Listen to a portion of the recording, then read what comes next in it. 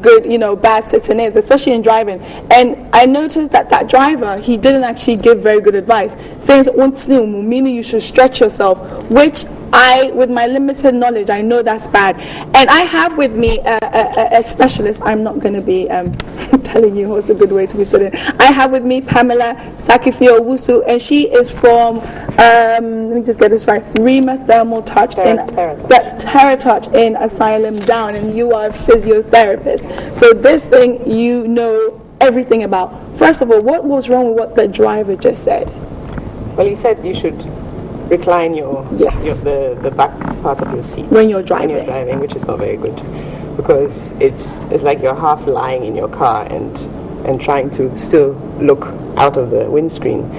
Best would be to sit in an upright position, not too upright, otherwise you have the feeling it's pushing you towards the windscreen, but upright so that you have support in your lower back and that you're able to relax against the backrest. It's important because then it just keeps everything in alignment. It keeps your hips in alignment, your pelvis in your spine, and your head in alignment. Because if your back seat is reclined,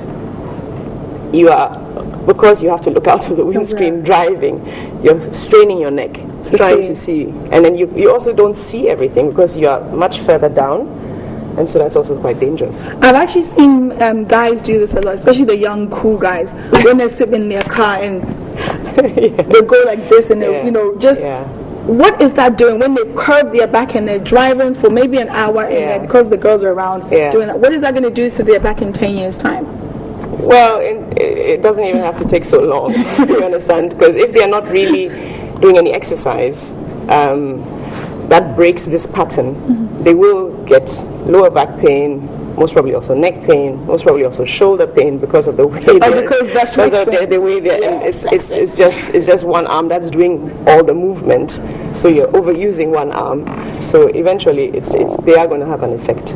Okay, let me sort of see. I've seen you're a very tall woman. Like how tall are you? 6'2". 6'2". Now Benny made a comment earlier on, which I think is very important, that generally taller people, a lot of cars, maybe planes, maybe trotros, buses, they don't really cater for extra leg room, especially for the tall person. How best, especially for those who are tall and they want to be aware, to get a good posture, how best can they make that happen? Bear in mind the fact that there is almost like a discrimination against them. Well, generally, the tall person should, like me for example, when I'm working on a client, I have an adjustable bench, so I adjust my bench. I couldn't work with a bench that is stationary because I need to bring it up to my level so I can work comfortably so I don't injure my back.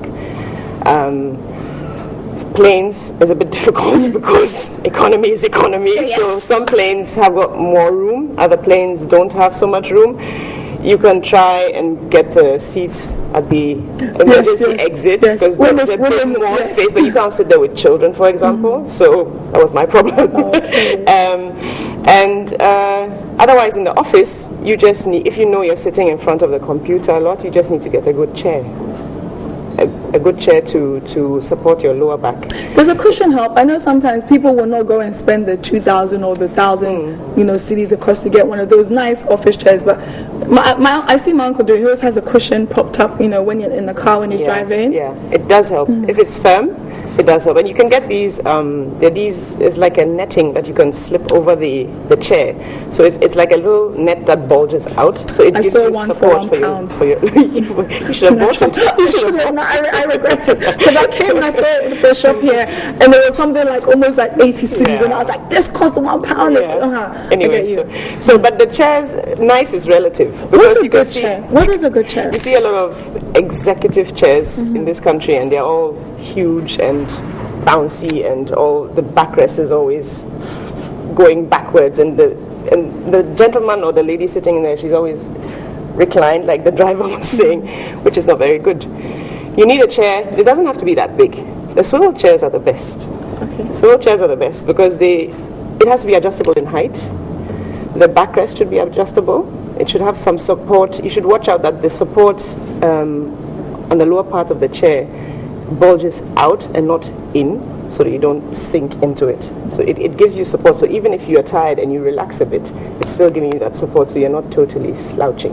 Okay. Your armrests should be adjustable, because if the armrests are too low and you are sitting well, but armrests are too low, you eventually slouch again. Okay, so those three things are quite important. And it shouldn't be too big, because you see sometimes a tiny lady sitting in this huge chair and she's totally lost. And gets swallowed up. Yeah. What about, you know, when it comes to traveling, if you're doing a long haul flight, for example, they recommend that you don't sit for too long. After every few hours you get up, you walk around, get your circulation going in your body. Yeah. But what about for those of us that may maybe take a bus journey from, I don't know, Accra to Tamale, and they do very few stops? How best that when you're in a chair or in a bus, church or whatever, for a long journey, how best can one be trying to keep their posture right? Because sometimes I'm sure after a while you just naturally get slouch. tired and you sleep as well. I think it's important not to stay in, especially if it's tight, don't stay in one position for too long. But that's what I do. The bus is full. What can you do? Yeah, but you just move around a little bit, so you're not stuck in one position. Because sometimes when especially my legs, I move them to the side, and then I'm twisted at the top. So I try and stay like that for a bit, and then I try and move around, so it doesn't get too tight in your lower back, because it can affect your back. It's difficult because it's tight. Okay, when you get clients coming to see you for physiotherapy who have, had effects of bad posture from sitting wrongly and stuff, what's the good way, and what sort of things you do to help correct that? Well, first you find out, because a lot of them come because they don't tell you it's because of my posture. They come because they got back pain. So back pain is what what can eventually happen. Yes, exactly.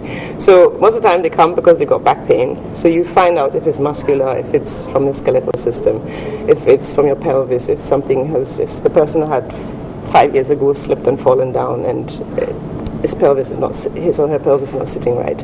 That can also cause the back pain. But of course, then eventually, I always ask how they sit. If they have a sitting job, if they're sitting from the computer, what profession do they have?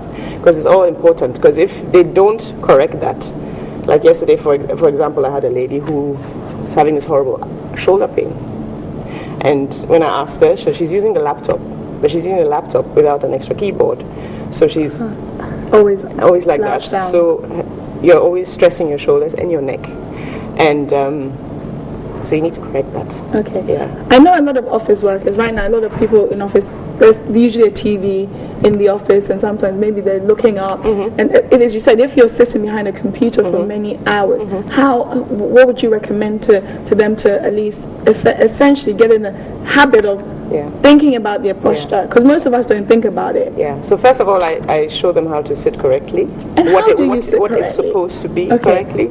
So your best would be if your bum and your knees are on about a 90 degree, which is not with me at the moment. Sometimes it depends if you look at the patient, depending what posture generally they have from their lower spine, how to adjust them. So some people need a bit more of a higher chair, others 90 is fine. And then have the alignment so that you, as I said, with your arms relaxed well, so that they're not hanging down, and you're looking into the screen of your computer. Don't be like slouch. Like most people do. So even if at the moment you can't, I know the chairs are expensive, but even as you're saying, your uncle shoves a pillow under behind his back.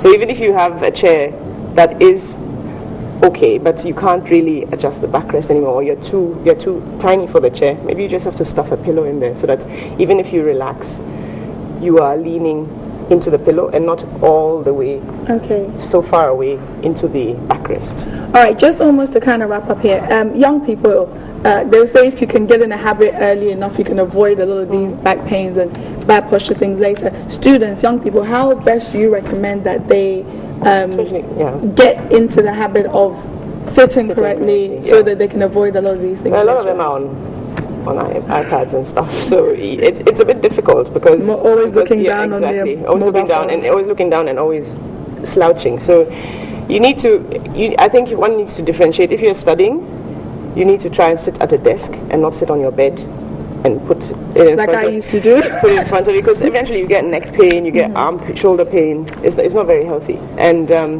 so try, if you have to study for longer periods, sit at a desk and sit on a chair properly, and get up every hour, 1.5 hours, get up and walk around, stretch, go get a glass of water. Just stretch so that the position and the muscles don't manifest in that state. Brilliant, brilliant. Well, thank you so much for that information. That is Pamela from Rima TheraTouch, and that's an asylum down near the FedEx.